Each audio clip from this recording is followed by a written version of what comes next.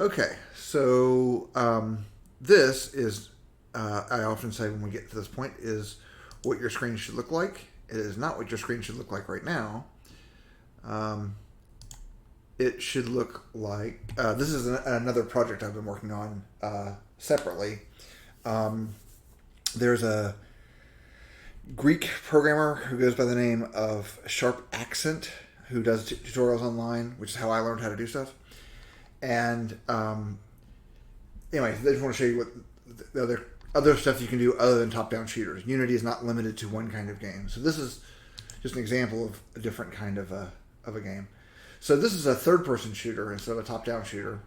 And all of these graphics come from a studio in New Zealand called Synty Studios. Synty, S-Y-N-T-Y. And they make these weird polygon-looking people and vehicles and scenery. And so kind of cool. You can sort of see that I've got the basics of a game coming together. When I pull the trigger here, if I have enough ammunition to show you this, when I right click to aim, it zooms in over his shoulder, and when I pull the trigger, the hammer comes back automatically and ejects a shell. And I'm faking a lot of that. The hammer is a little animation, and the shell is a particle effect. But it looks cool. So anyway, let's instead open up Unity and take a look at the project that we're actually working on.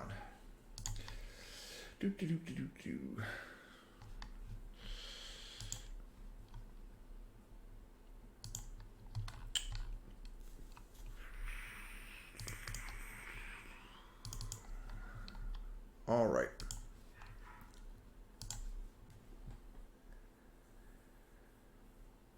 So, to get everyone caught up on where we were last week, let me drag this over to the right screen. So to get everyone caught up on where we were last week, we can press play in our game, and we can run around, and our guy is pointing in the correct direction that we're aiming. When we pull the trigger, he shoots, and a weirdly large flash comes out, which I'm going to deal with in just a minute. Notice that the flash also casts a shadow. We can fix that, because it shouldn't, probably. And if I shoot the cube, we can't see anything happens, but I can open up the cube's health script, and I can see that its health is down to 2. And I'm going to press the button. There, trigger again, and I kill the cube. Its health is at -3, and its is dead indicator has been checked positively. So that's where we are. We can now move, we can shoot, we can do damage, but we're not giving a lot of feedback to the player.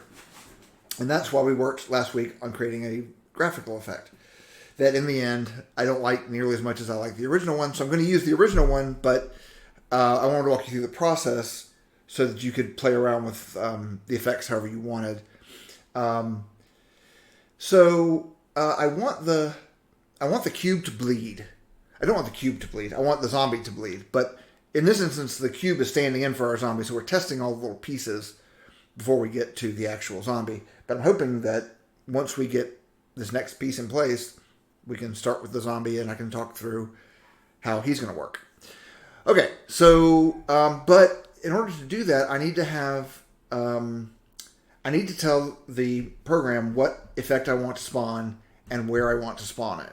And I want to spawn a bleeding effect that we created last week at the point where my ray hit, where I was successful at shooting the thing. So, to do that, I'm going to open up my simple player. We've already got a bunch of things in here. But the shot handler is already handling that ray cast check to see if a ray drawn from the center of the player to where your cursor is hits an object. And so I'm going to add this functionality to that script. Now, I will say that I'm about to show you a way to do this, and it is not great. But we're going to talk through why it's not great, and we're going to talk about some solutions. And much later on down the road, we're going to talk about, however long this goes on, we'll talk about ways to improve this. But for now, I'm going to just double click on Shot Handler, and you'll see it. If you single click on it, it will tell you where it is in your folder. If you double click on it, it will open it up in Visual Studio. Okay, so I don't want this. I only want the blood effect, the hit effect, the impact effect to spawn when I have successfully shot something. So if you look in our logic here, every once a frame, we check to see if the player pressed the fire button. If it did, then it goes and finds my weapon handler and runs a function called player shoot. One thing that's interesting about Visual Studio, if you didn't know this, is if you highlight something and you want to know where it's defined, you can just press F12. And I use this all the time at work and while I'm doing this to remind myself that the player shoot is in my weapon handler, and it does this coroutine that tells me that my player has shot, and it activates and deactivates my blast, my gun blast. That's all player shoot really does right now. So okay, I can close that, or I can leave it open. Doesn't matter. But you can also do that with variables. One of the questions that comes up a good bit is, where is this variable defined? So I want to go to find where my min damage is defined, and I can see that it's an integer that I defined in weapon handler. So you can press F12 to navigate to where things are defined. You can press Shift F12. Shift F12 or Alt F12? Hang on, let's try that again. F12, and if I do, I think it's Shift F12. Yeah, Shift F12 will tell you every instance in your entire project where that variable is being used. Right now, it's only used in one place, but knowing how to bounce around in your code is always a good thing. So you don't have to remember in your head where everything starts or where it ends or where it's stored or where it's defined. The Visual Studio is aware that we're all programmers, and it knows this is a reference to that, so it can take you directly to the code. Okay, so right now what it does is it draws a red line. I'm looking at this code right here in the editor, not in the game, but it draws a red line if it hits something, and then it debugs a log saying did hit, and then it does some damage, and then we tell the health component of that object to take damage.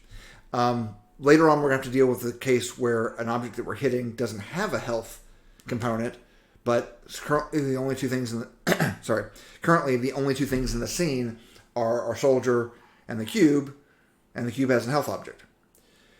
So we don't need to deal with that exception just yet. We're going to need to, but not just yet.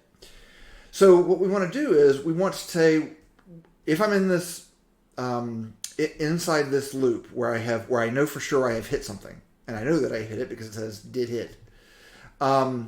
We can add some code in to create the hit effect. So I'm going to copy this into the chat window, and then I'll walk through what it's actually saying. Hang on, let me clean it up a little bit. Let's see. Okay. I'm going to go to the chat window, and I'm pasting this code in, and there we go.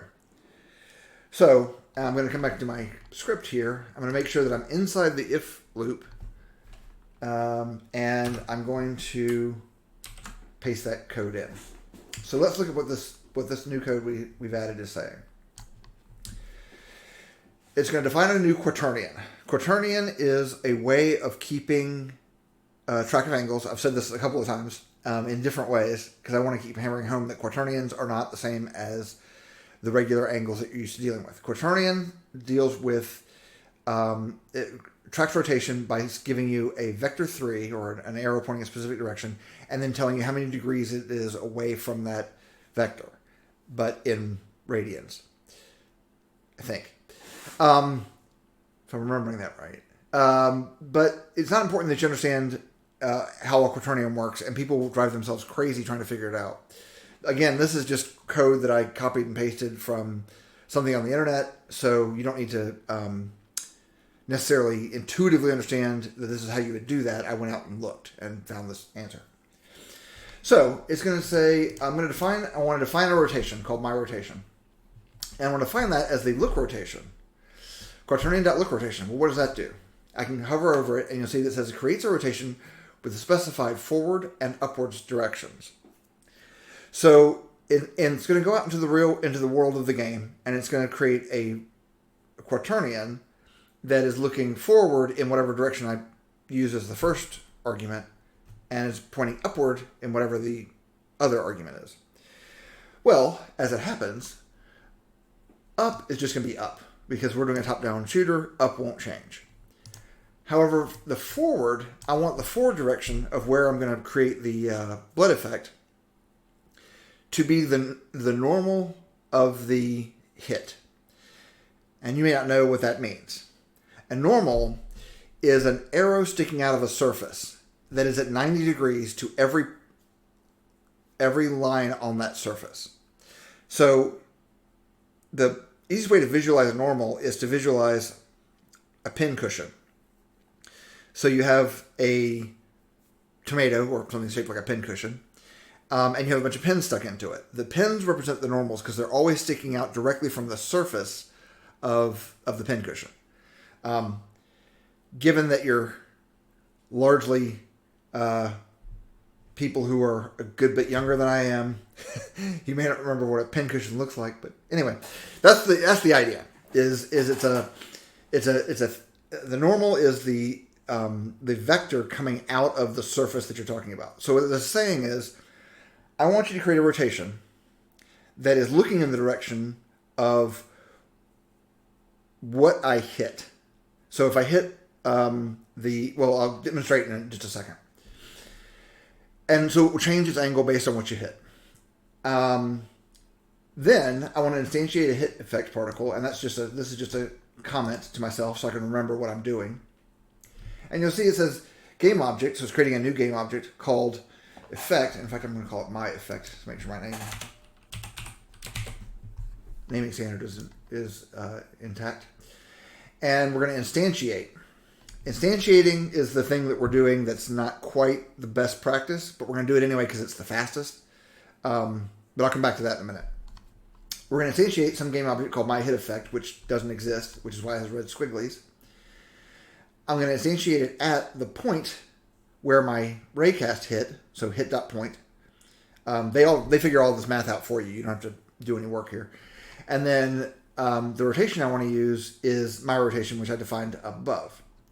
So again, what it's going to do is it's going to cast a ray out. Then it's going to take whatever surface we hit, and at that point of the surface, it's going to find what the normal vector is, and then it's going to spawn the effect, the impact effect, at that point with that rotation.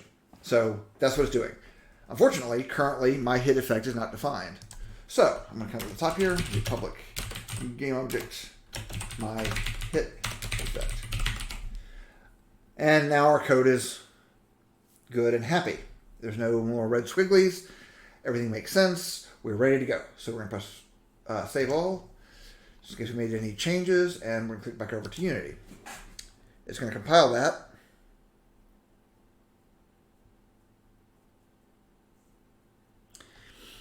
And I'm going to come back to my simple player, and I'm going to scroll down, and I'll see that in my shot handler now I have a my hit effect, and there is nothing defined there.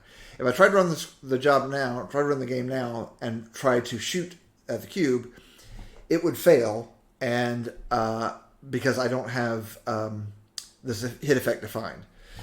So we're going to go to my effects, and we're going to get effect new blood spurt, except for that I'm actually going to use one of the older ones, effect blood impact, I think is the one I want to use.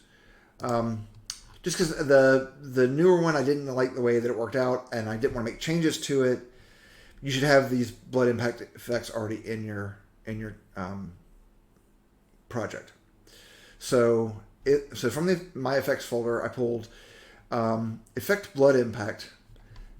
And I go to my scene. I can drag blood impact into the scene so we can take a look at what that looks like. It looks very similar to what we did last week.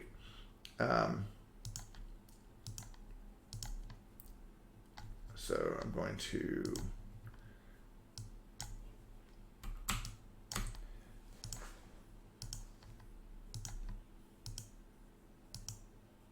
that's not the one that I want. Let's try this one.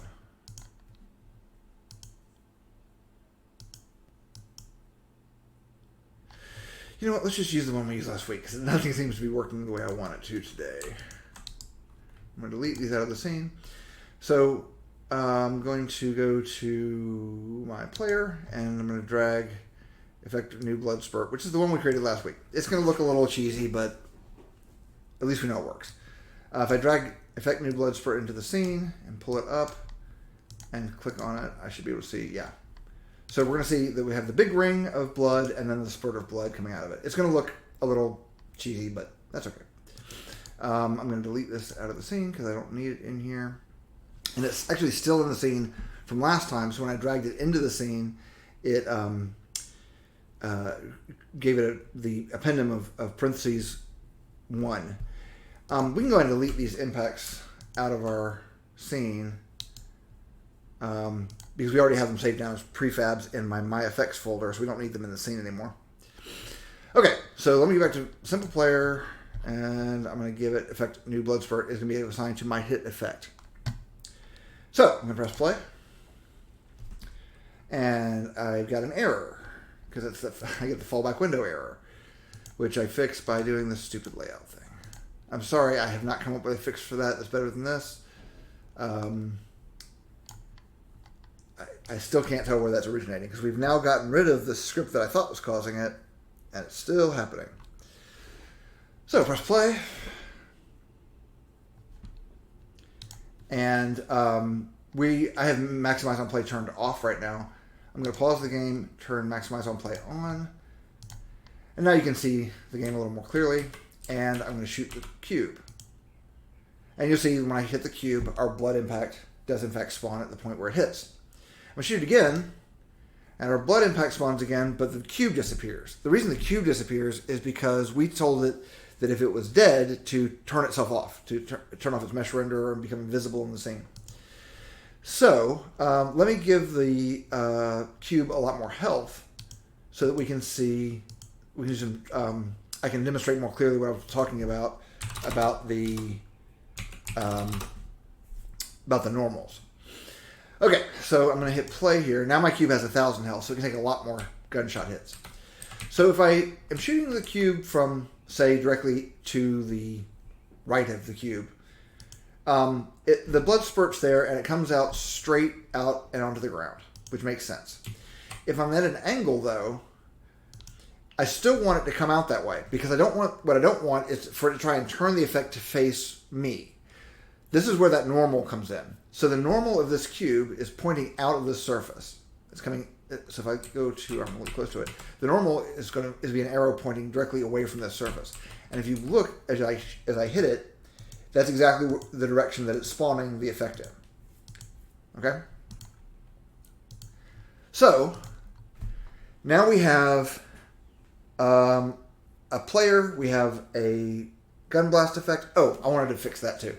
Before we move on, I'm really not happy with how the gun blast effect looks. It's fine, and if you want to leave it, you're welcome to.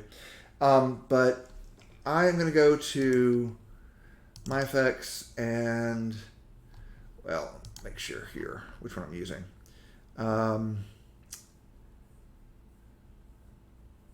We're using gun blast, which I've not saved as a prefab. I'm going to scale this down a good bit because I think it's just too big. I'm going to enable it so I can see where it is. Yeah, I think that'll help a little bit. Oh, sorry. If you zoom in the game window, it doesn't zoom in the same way it does in the editor. What I was doing there was I had my mouse in the game window and I zoomed in. What it does is it changes the scale of the game. The reason this exists is so that you can test things like mobile, where you're going to be actually presenting the game in a different format than your normal resolution of a computer monitor. If I click play, you'll see that I'm way zoomed in. So it stays zoomed in. So I'm just going to set this back to 1. And I'll turn the gun blast off so it's not just detached. And I'll try this again. That's looking a little better. We're going to add some more variations to it as we go along. Also, you can see the normal again as I go around the corner and it switches which face the blood is spraying out of. Okay? Die, you cube. Cube has a lot of hit points. Anyway, okay. So we don't want to kill cubes. That is not the goal of this game. We want to kill zombies. To that end, we need to put a zombie in the game. But first, I'm going to take this cube here, and I'm going to delete it out of the game. And I have another cube. What do I use this for?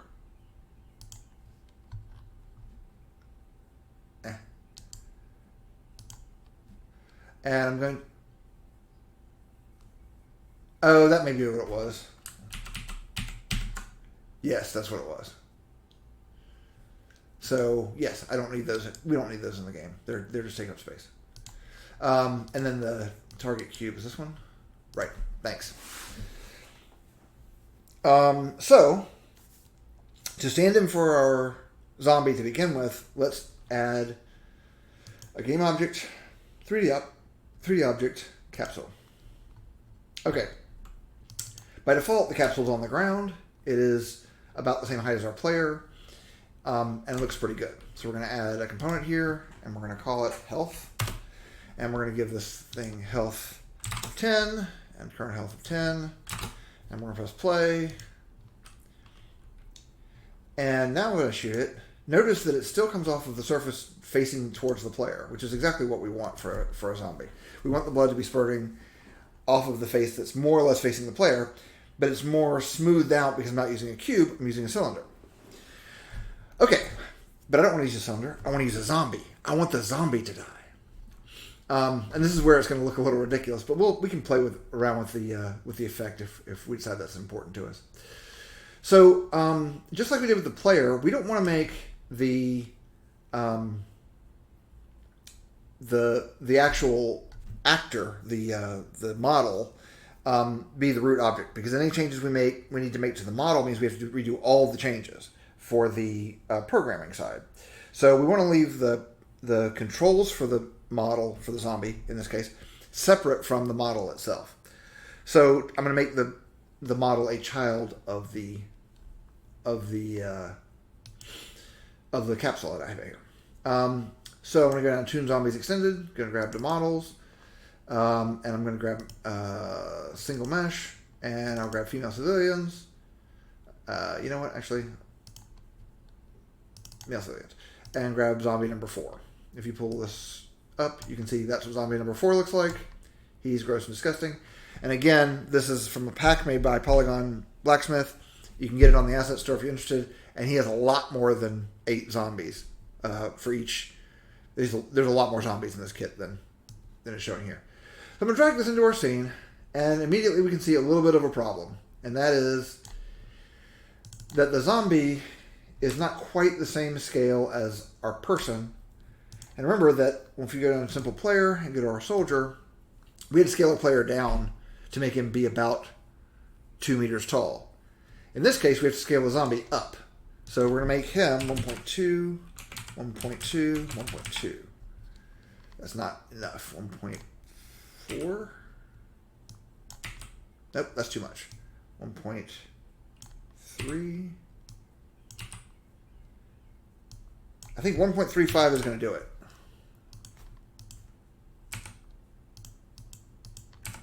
Okay, so I'm going to change the X, Y, and Z of the scale transform of the male zombie to 1.35. And I'll need to do this for every zombie that I introduce into the game, but we're going to create a bunch of prefabs so that the game will take care of that for us. If I look to grab my navigator doohickey here, and I look from above, you can see that they look like they are pretty much in scale with each other. If I look from the side, the zombie's not particularly taller than the player. So 1.35 is probably right. Now I need the zombie to be a child of its capsule. So I'm going to drag the zombie to be a child of its capsule. And I'm going to set its position to be 0, -1, and 0. The -1 in this case is because the capsule's center is actually up 1 meter. It's actually in the middle of the capsule. So that's why the zombie's height is offset by -1. Okay, So but now I've got a capsule showing, and that capsule is no longer being useful to us at all. So I'm going to turn off the mesh renderer. All this does is say don't draw the capsule. It still keeps track of where it is in the world, and it still allows us to shoot at it. So I'm going to press play, and I killed a zombie. We shot a zombie in the back and killed him, and it was great. Let's do it again. So shoot the zombie, kill the zombie. Neat. You may notice that the capsule is a little bit bigger than the zombie, so sometimes the effect can look like it's far away from it. And we can fix that just by editing the collider. So I'm pressing the Edit Collider button, and I'm just going to pull it in to more closely match the body, just up on these handles. And because it's a circle, you're changing the radius as you're doing this. I do still want the center to be 0 and 0, though. So I'll make sure I'm not undoing that part. Now press play again. And if I shoot off to the side, I miss the zombie, but if I shoot him in his back, I get a better, cleaner hit.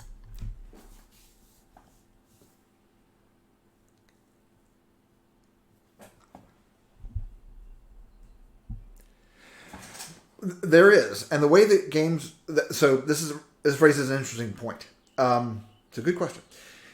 There are games like... I can't think of the name of it. Sekiro? Is that the name of the sword fighting game? Okay. There are games out there that have really good what's called hitbox detection.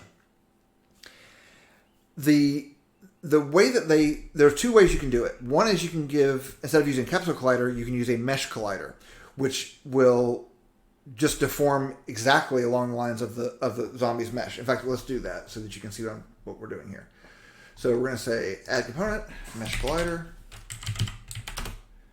And see right now it's using the mesh of a sphere. It says or using mesh of the capsule. We're going to give it a different mesh by dragging the zombie onto it, and no, it doesn't. Come on, man. Where's my model renderer? I need TZ_M_single mesh_04. Nah. So come back to the capsule, and I want to use TZ single mesh. There. There's a couple of problems. First of all, the mesh is oriented incorrectly, so I need to create another object and orient it. But the other thing is that using a mesh collider is computationally expensive because every frame the program has to figure out where every single triangle goes, and they can be complicated. So we tend not to use mesh colliders for that reason. Another way to do it, and the way most games do it, even games that have really good hit detection, is instead of using one big capsule, they use lots of little capsules. So they'll have one along the body, one for each leg, for each thigh, each shin, upper arms, and usually a really big one for the head. The reason that they usually use a big one for the head is because headshots usually count more. Glenn, did you have a question? Oh. Okay. Sorry, your ring was lighting up, and I think it's because it doesn't matter. I just noticed it in the chat. The only reason you're fine. It's fine. So they use a collection of smaller colliders. Because our game is going to be at a fairly good distance and angle, this is probably fine for now. But yes, to answer your question, you can absolutely do that. In fact, you should experiment with that on your own. Okay. So, we're about half an hour in. Does anybody else have any questions right now?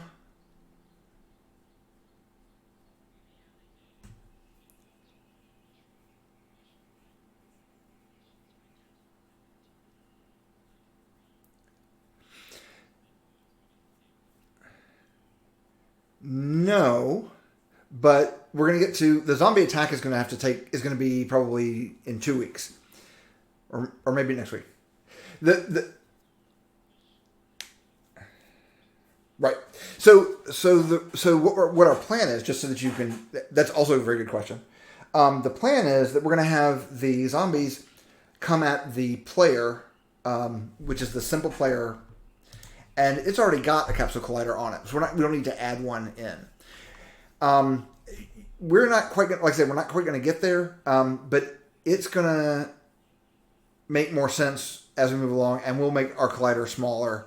Again, the combat in this is really basic. I'm shooting at the zombie or the zombie's biting me are pretty much our only options right now, but we're going to do some more stuff as we move on. Does anybody else have a question?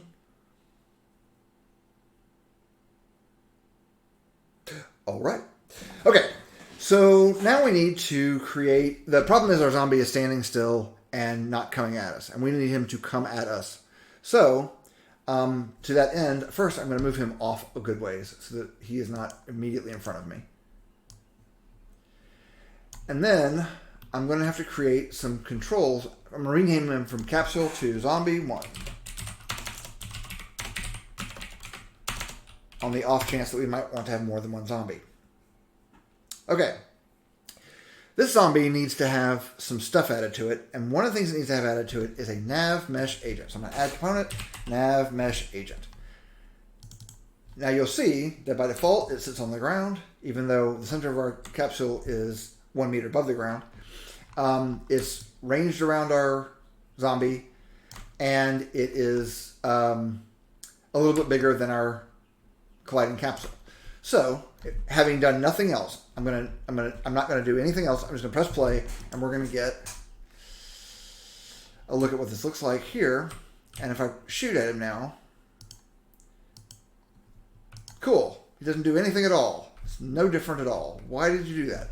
The reason is because I want you to demonstrate the difference between a nav mesh agent and the capsule collider. The capsule collider is one thing. The nav mesh agent is a different thing. All the nav mesh agent does is tell this object to navigate around some mesh. Well, we don't have a mesh, so it can't navigate. So let's look at what the nav mesh agent comes baked in. This is, like I said, this is functionality that comes baked into Unity. You've got the agent type, which is humanoid, which works for us. It's base offset. Sometimes your models can be a little bit off the ground, so the base offset allows you to move them higher or lower as needed for animations, and we're probably going to need to use that, actually. The speed is how fast the agent can get up to. The angular speed is how fast it can turn. The acceleration is how fast he gets up to his speed. Stopping distance is how far away from his target will he stop, and auto braking is should he slow down a little bit right before he stops so he doesn't just weirdly come to a halt. And we're going to play with all of these values in just a minute. Then it's got obstacle avoidance, which says use a radius of 0.5, which is the radius that's drawn in the agent graphic right here. This radius is 0.5 meters. The obstacle avoidance is 2 meters high. We're going to use high quality because we don't really... Later we may change this to low quality to put in thousands of zombies, but right now it's high quality is fine. And the priority is 50. And the priority says if two things tie, which one wins? And the answer here is there's nothing for it to tie against because it's all by itself. So leaving it at 50 is fine. Pathfinding, we've got it to auto-traverse off-mesh links, and we've got auto-repath. Both of those are checked by default. Just leave them. That just says... Auto-repath says, recalculate my path if my target moves, and auto-traverse off-mesh link says, go to an off-mesh link. We'll get to that. And then the area mask is mixed. That doesn't mean anything to us either. So what I don't have right now is, I know how far it stops from my target. What I don't actually have is a target. So I need to tell the zombie to chase the player, basically. And to do that, I'm going to create a new component called Zombie AI Simple. I'm calling this Zombie AI Simple because we're going to have some AIs that are a little more involved as we move on through our demonstration here. Okay, so you'll see that it opens up our default script. You've all seen this before, and it says using Unity Engine, but we need to do one more thing. We need to go using Unity Engine dot AI. That was what will allow us to use our NavMesh agent. So we're going to access the NavMesh agent that's attached to this object. We're going to create a public NavMesh agent, my NavMesh agent. And in the start function, we're going to say my NavMesh agent is equal to get component NavMesh agent. That says you don't have to manually define this. I will go out as the first thing I do as soon as I'm created into the world and get the NavMesh agent that's attached to this object. Okay, we're also going to create public game object my target. And once a frame, we're going to say my NavMesh agent dot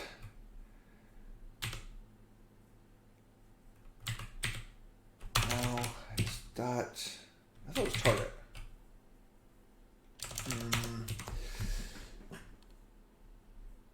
Destination is equal to my target dot transform dot position. Okay, so what is it saying? This is saying once a turn, I'm going to tell the NavMesh agent that where it's trying to get to, its dot destination, is and the dot destination function is built into Unity. I didn't create this. I didn't create any of the AI stuff.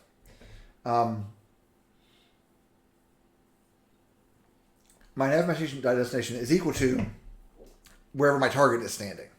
So I'm going to save that. Come back into the game.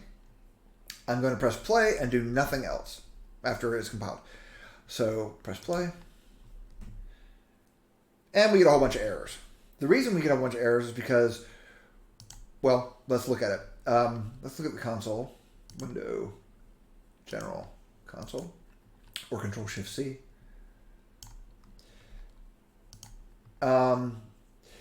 It says the first one is a warning. Failed to create agent because there is no valid NavMesh. I'm going to get to that in just a second. The second one says unassigned reference exception. The variable of my target has not been assigned.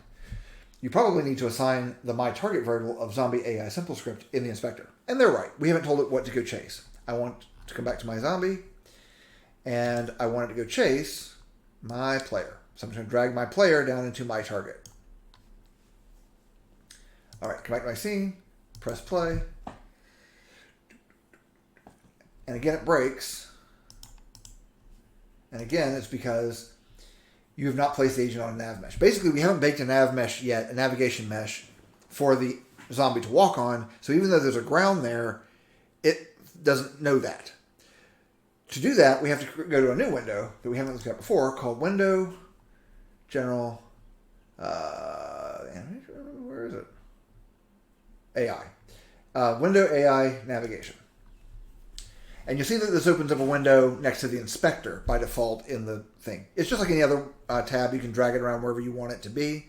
I like leaving it here because typically if I'm dealing with navigation, I'm not also working with something as an inspector. So if I look at the scene now, I can see that the soldier is there, the zombie is there, and the ground is there. I can also see my camera here. And you'll see in the scene view, I've got a couple of options. I can do shaded, wireframe, or shaded wireframe. So I'm going to change this back to wireframe and zoom around in the scene for a minute so that you can see stuff. I don't want to change anything about this. So you see my soldier and my zombie are wireframes, and I'm standing on another wireframe. That wireframe is the terrain. Because I have not told it to do anything yet, the navigation mesh does not yet exist. Once it exists, it will show up in this view as a bright blue mesh, which I will demonstrate now. So I'm clicking on the Bake in the navigation tab, and Bake says, here are all the rules I'm using to determine whether or not something can traverse it. First of all, I'm going to say that it can go up any change in height that is less than 0.4 meters, which is what you want for it, so the zombie can, for example, run over a curb or step up onto a lower, like a platform. But if it's any higher than that, it'll run into a wall and basically won't be able to move forward. I'm also setting my radius of my agent to 0.5, meaning I want to avoid everything within about half a meter of me, and a height of 2, and an angle of 45. The angle of 45 says I can't run up any slope that's more steep than 45 degrees. For now, this doesn't matter because our world is completely flat. So the angle and the height, the step height, are not taken into account because our world is always flat. Because our world is always flat, I'm going to click bake. It will bake in seconds. And now look, the whole world is blue. So now I have a nav mesh. And without doing anything else, if I just click play, actually I'm going to change my scene back to shaded in the scene view because that's the one I usually leave it in. I press play.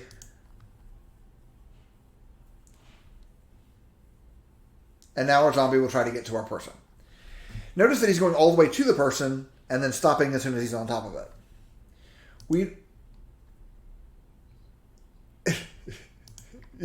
Yes. One, he's going not very realistically. And two, he's going all the way to where my center is, which is he's probably going too far. So I'm going to click on zombie, and I'm going to go down to the nav mesh agent, and I want to change a couple of things. First, I want to make the speed a little faster. So I'm going to change this from 3.5 to 5. And acceleration, I want him to come up to speed basically immediately, so I'm going to change this from 8 to 100. So he'll be at his top speed of 5 pretty quickly. The big one, though, is stopping distance. And getting this right takes a little bit of doing, and we're going to play around with it. Right now, I'm going to set it at 2, and we'll see how that looks. I'm going to press play. Zombie's coming at me, and he stops there. That's probably pretty close to being right. It may be closer to 1.7 as we move on. Once we do the animation to do the zombie attack, you'll see why we want it to stop outside of the distance from the person. So to get back to your question about whether or not we're going to add the capsule collider for the zombie to impact. No, because when he reaches its destination, which is 2 meters away, currently 2 meters away from the center where my player is standing, I'm going to tell it, go attack. And so it will only attack if it's reached its target, which is 2 meters away from the thing it's trying to get to. But this causes a different problem that it looks very silly. Not causes, but there's an additional problem that this looks very silly, and that's the reason for that is we don't have an animator controller for our zombie yet. To that end, I'm going to create one in my animator controllers and create an animator controller called AC Zombie Basic 01. There's one that's already in there, and that's just as an example we can follow if we need to.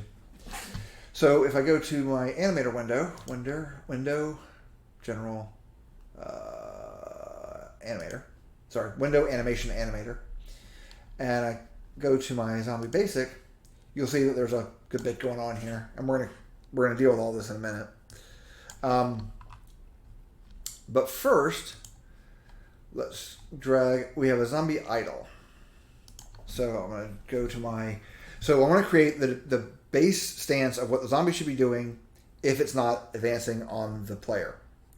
So I'm going to go to animation, and I'm going to click generic, and I'm going to grab I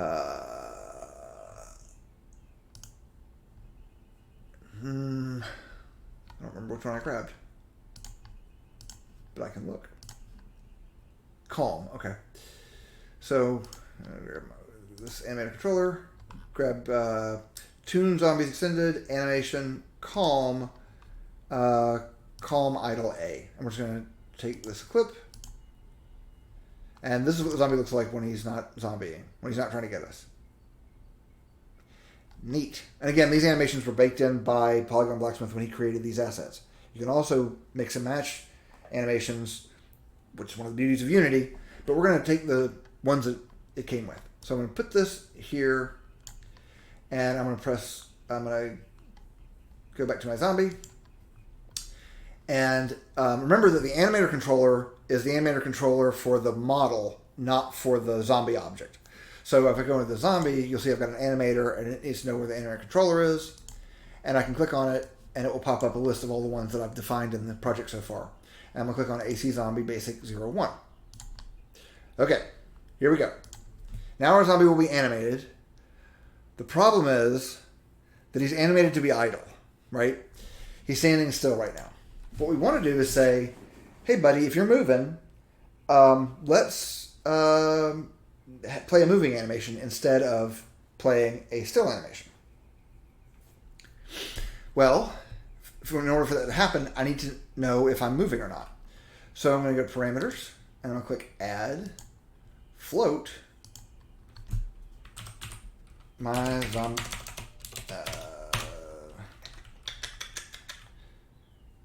My zombie speed.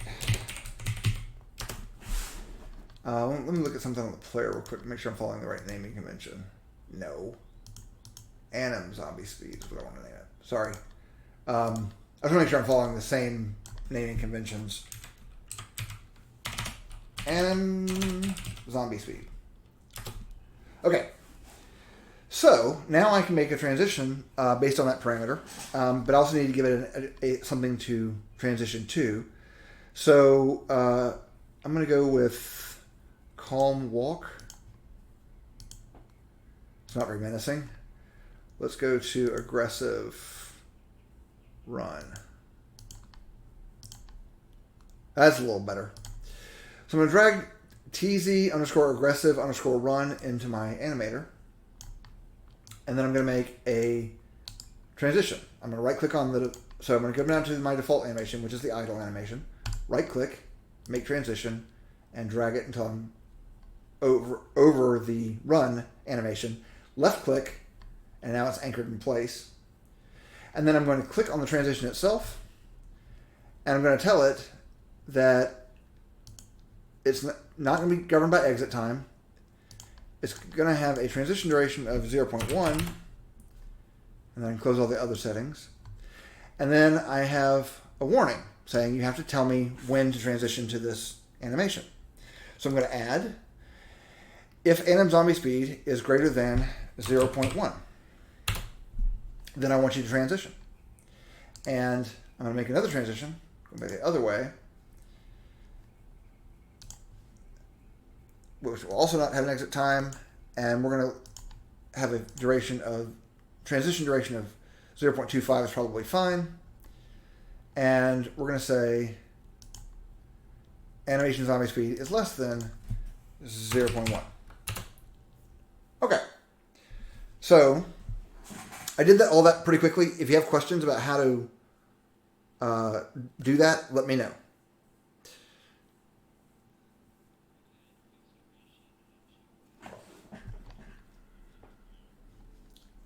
I believe I did. Yes, you should.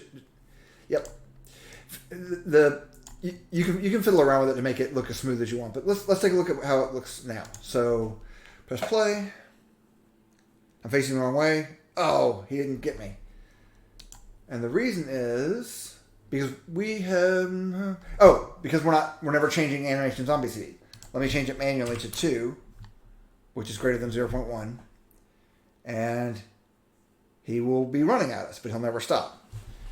What we need to do is we have to, in the script, tell it, hey, go tell the animator that I'm moving. Exactly what we did for our player. So remember that we have our player, animator handler, and we've got its horizontal and vertical movement, aim orientation, its animator, and the base model. We're going to take the exact same script, and we're going to plug it into the zombie. So go to Zombie 01, do animator handler, and drag it into here to do this, or you can do add component and then start typing animator handler. Okay. That won't work. That's okay. Let's undo that by removing component. We're going to add component, animator handler zombie. It just occurred to me that the player has different requirements than the zombie does, so we need to create a new animator handler for the zombie. So create and add. This is one of those things where you're going along on a project and you realize, oh, I could have made the animator handler generic enough that it would handle all the animations for all of my creatures. But we only have 2 creatures in this game, the player and the zombie. So having 2 animator handler scripts is not particularly onerous on us, so we don't care that much. So I'm going to double click it to open up. I'm going to do, again, you'll see our start and update functions will define automatically. Public game object, my zombie. This tells me which zombie model I'm controlling. And public animator, my animator.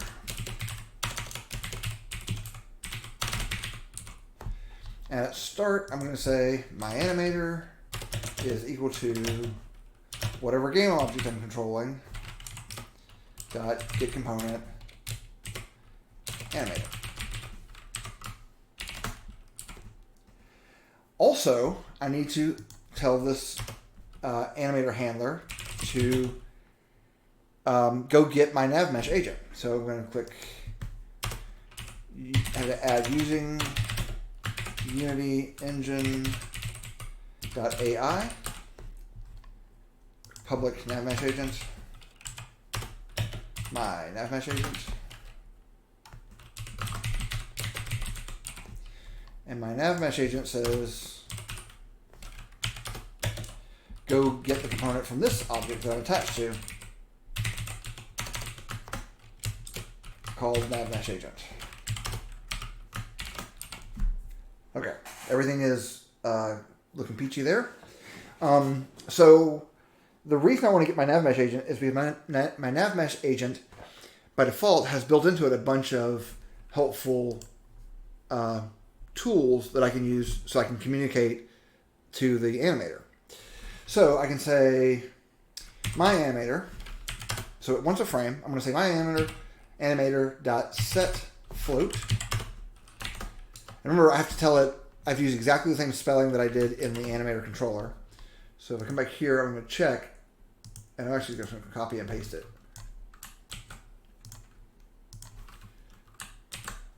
Go set this value equal to my NavMesh agent dot velocity.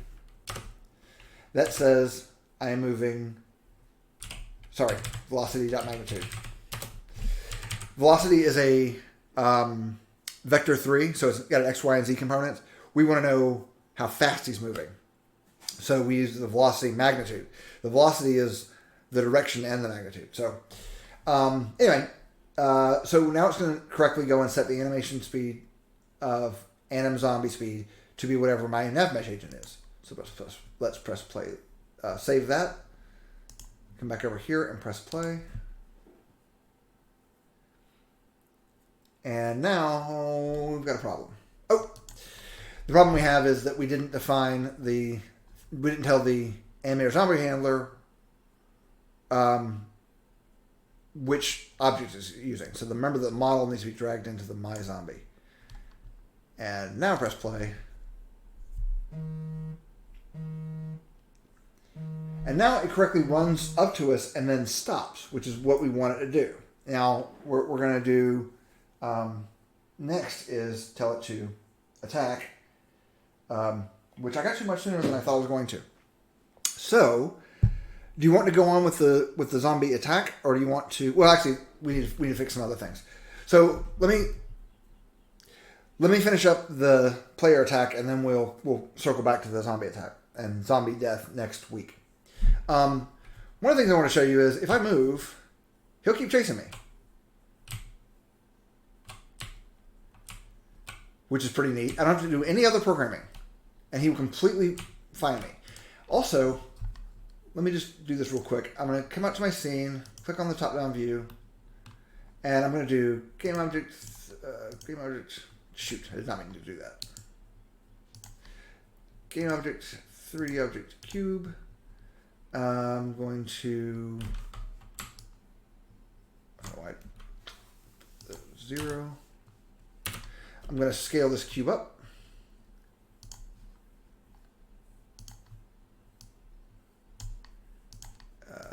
There we go.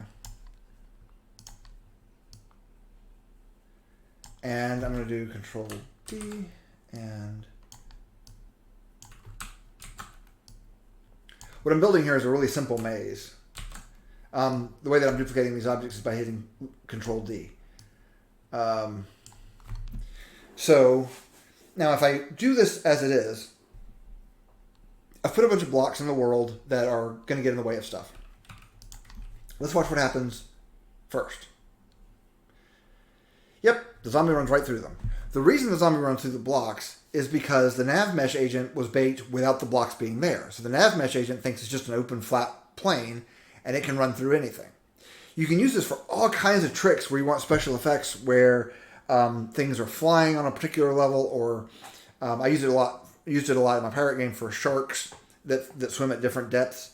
I create a nav mesh agent, they run around on the nav mesh agent, and then I make the nav mesh agent itself invisible, so it looks like they are swimming or flying or whatever.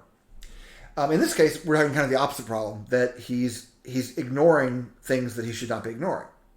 So, I'm going to highlight cubes 1, 2, 3, and 4, or cube and cube 1, 2, 3. Click over the navigation, and you'll see that I have some more choices here.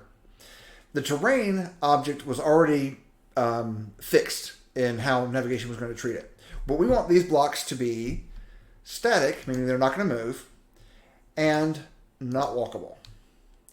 By making the blocks not walkable, I'm telling the zombie, you can't walk anywhere where there is a block.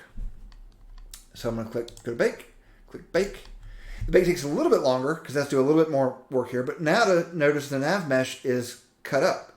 If I make these cubes invisible by just unchecking their box and going to click on navigation, you'll see that it basically creates just a cutout around each box. And even if the boxes are not active in the scene, the zombie will move to avoid them. First, I'm going to show you how he looks when he's avoiding them because it's kind of cool. So I'm going to press play. Come and get me, zombie. Get me. I dare you. Oh, okay. He's coming to get me. Do, do, do, do.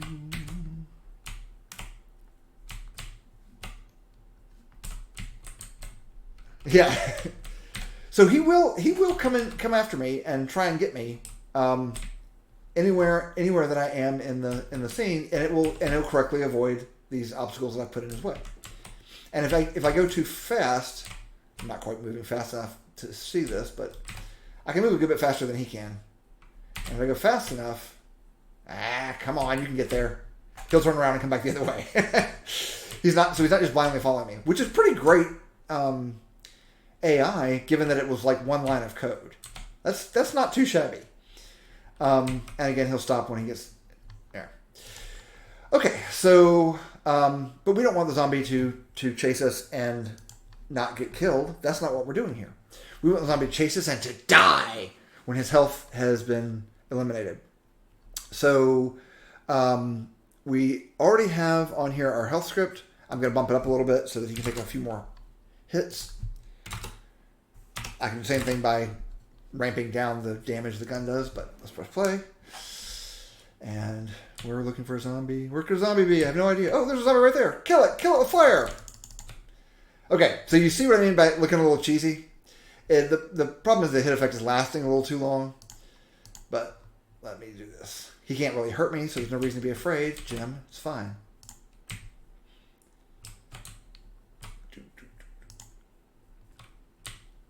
The hit effect is taking a little too long to spawn, and it doesn't look great.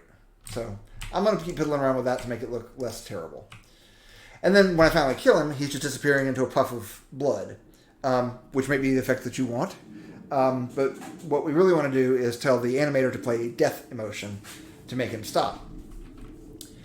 So I'm going to go back to my zombie AI simple script. And open that in Visual Studio. And I'm going to create a Boolean here called public Boolean is dead. Actually, you know what we can do? We already have this dead. Public health. Haha! My health. And we can tell it to go get the health from this object. Yeah.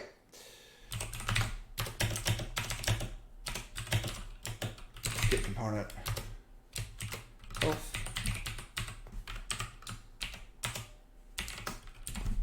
Okay, and then basically what I want to do is say, hey, if I'm dead, stop chasing the player. So if not my health dot is dead. Okay, so the bang at the front of the expression is computer language shorthand for saying not. So is dead, remember, is a Boolean. You either are or are not dead, or you is or is not dead, I guess. If is dead is true, then we do not want to follow the player. If is dead is false, then I'm alive and I want to chase the player. So I go and get my is dead indicator, but is dead will be false when I'm alive. So I want the script to execute only when it's true. So that was a not at all unconfusing way of describing what just happened. Basically, I'm just going to say, give me, for this check, for this if check to see what the opposite value is for what is dead is. So if it's true, then do this. So basically what it's saying is if I'm not dead, update my target destination to be where the player is standing. Else, in other words, if I am dead, then my navmesh agent dot stop is equal to true. And what dot stop true? Yeah. And what this will do is it will, in addition to not giving you a new destination, it will also stop updating. It should stop it moving entirely. I hope.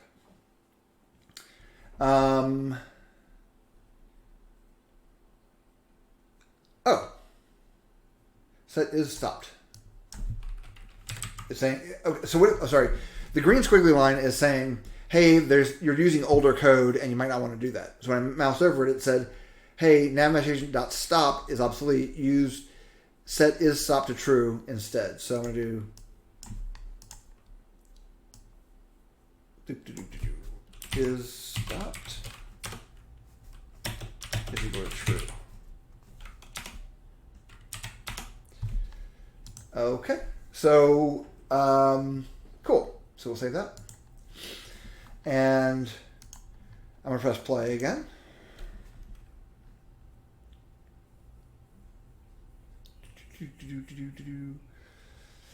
And now if I shoot him a bunch of times. Okay, he disappeared there. But what I really wanted to do was show that his navmesh agent stopped working. The reason he disappeared is because of what health does. So let's open up our health script because that's not what it should do.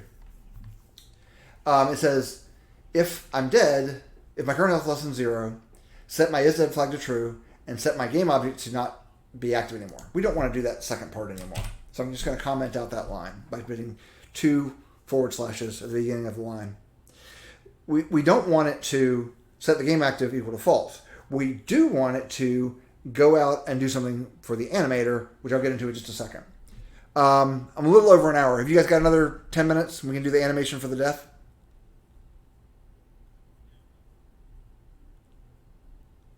Okay. All right. So there we go. That's going to be good. And we're going to go here to, well, let's go back to the animator. Let's run it. I just want to make sure that the navmesh agent does, in fact, all the way stop. I had to piddle around with this a good bit when I was testing this project because the dead zombies kept chasing me. And it was funny, but annoying. Okay, he's now dead, so he has stopped chasing me. He's not dying yet, but now I know for sure that my code works, and when he's dead, he will stop chasing me. Excellent. Okay, so we want the animator handler to handle animation. We don't want it to be handled in the health script. And the animator handler, helpfully, can go and get the health flag. My health. And we'll do the same thing we did here. My health is go get the component called health here. And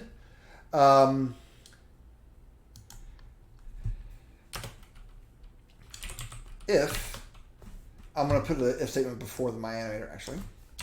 It says if not my health dot is dead, then basically what it's saying is if I'm not dead, then I want you to toggle between idle and running. But if I am dead, in other words, if I am dead,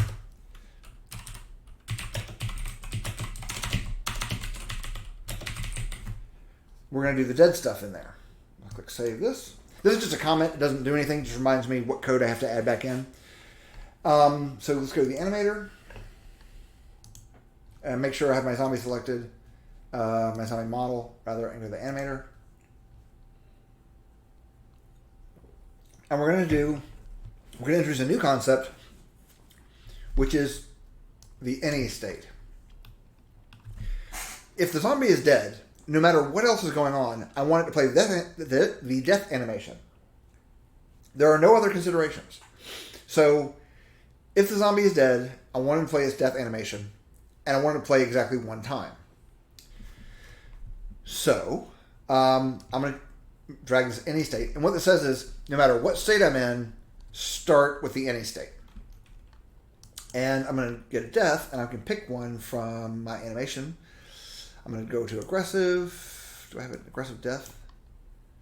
No. Do I have generic death? Let's look at what this looks like. That'll be fine. I'm going to drag TZ_death_A, which was in the generic folder, into my scene, into my animator rather. And I'm going to say, make a transition here. And there are a couple of different ways we can do this. We can say, we can add the is dead Boolean into this logic. But what we really want to do, because we only want this to fire one time, is we want to add a trigger.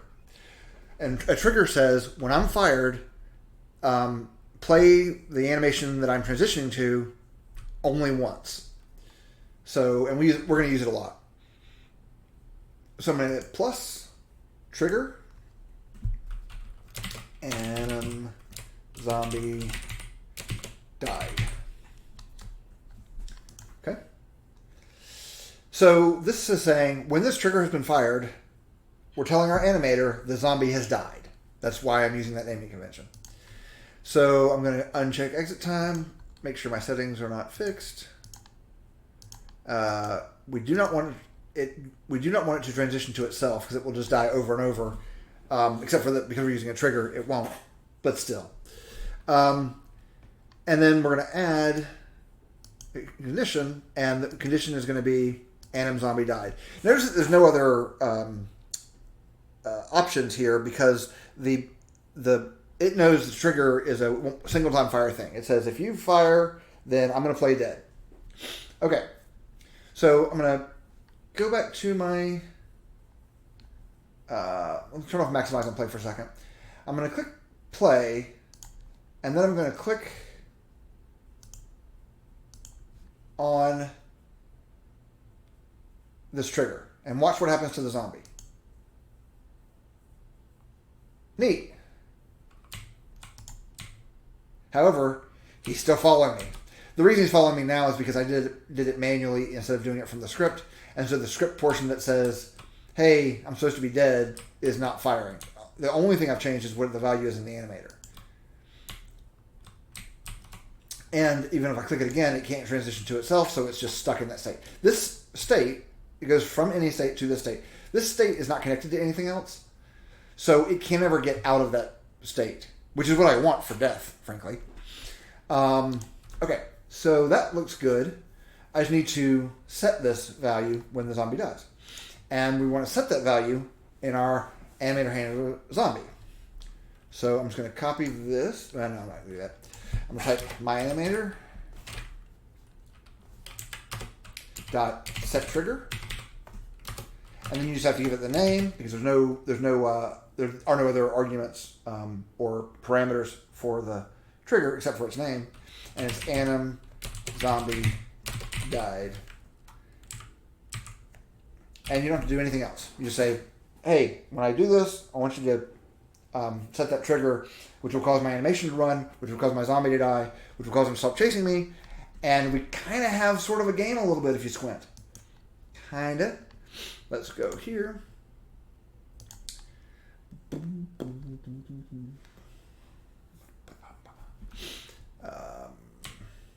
Now, if I shoot him enough times, he'll eventually fall down dead, and he will stop following me. Now, come back to our scene, and I'm going to click on my zombie, and I'm going to hit Control D, which is going to create another instance of my zombie. I'm just going to drag him over here, and then I'm going to select both of them by holding down the Control key and hit Control D. I'm going to get 2 more zombies.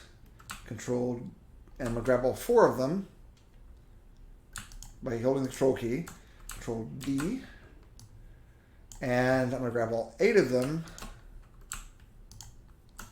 Control D. Now, they can't damage me or hurt me in any way, but they can all get menacingly close.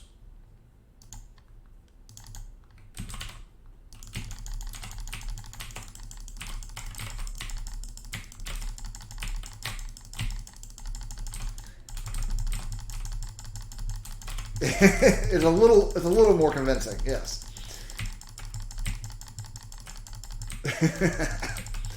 So we can, yes. And now, if we look at our scene, we have a bunch of dead bodies. We also have, look at this list. What is this new blood spurt? It created a clone of the new blood spurt every time I hit a zombie. So pretty quickly, because I have, 16 zombies in the game, you'll see that this list gets really long. And I have the game paused here. As soon as I unpause it, it will get rid of all these clones. Back at the very beginning of the session, I said, I'm going to show you the way we're going to do this, and we're doing it wrong. This is why it's wrong. We're going to create another script that we're going to tack onto our blood, and we'll do that next week, that will cause this not to happen. But there's a whole concept of pooling objects that are commonly reused, which is really the way you should do it. The problem is pooling is a little involved, and I wanted to start with, let me show you the simple way to do it, and then let's clean that up. Then let's talk about why cleaning it up can be a problem, and then we'll talk about pooling. But I think I'm pretty happy with the state of the game as it is now. I will say that I'm going to get rid of all of my extraneous zombies, so we don't have to just deal with one at a time. You can piddle around with this as much as you want. You can make the maze as complicated as you want it to be. Remember, after you place a cube, to bake the nav mesh in the navigation tab to cause the zombies to respect your maze. You can add as many zombies as you want. And because of the way we've set this up, if I want to duplicate this zombie, Control D, but I want to use a different model, I can just change this by going to, say, give me a female civilian zombie, drag her into the scene, scale her up to 1.35? Yeah. Scale her up to 1.35.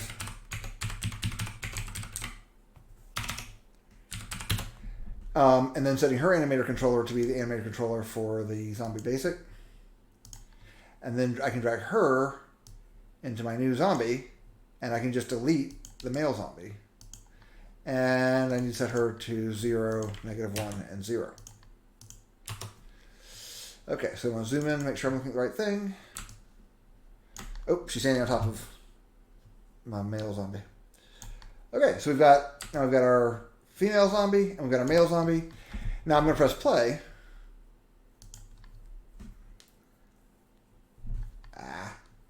Oops. And I have to tell the zombie that this is its zombie. That's the only thing I have to fix, I think. Press play.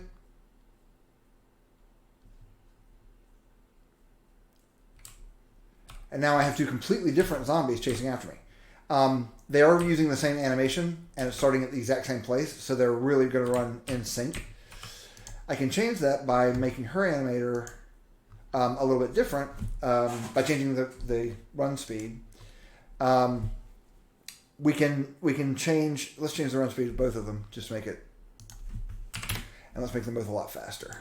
I'll make just a speed of 10, and give her a speed of 12. They're going to be on me in a second.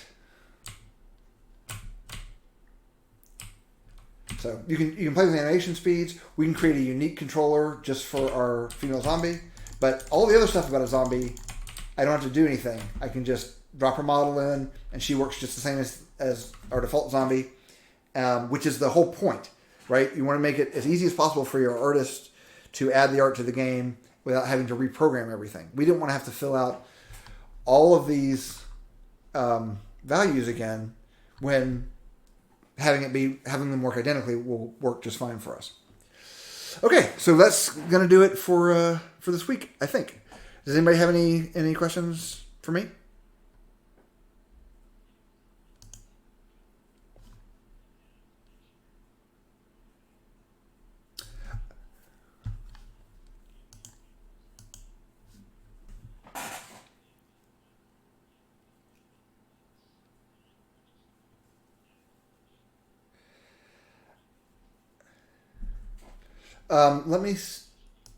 Let me see your script. I'm gonna stop sharing mine. I'm gonna stop recording too, because this is just troubleshooting.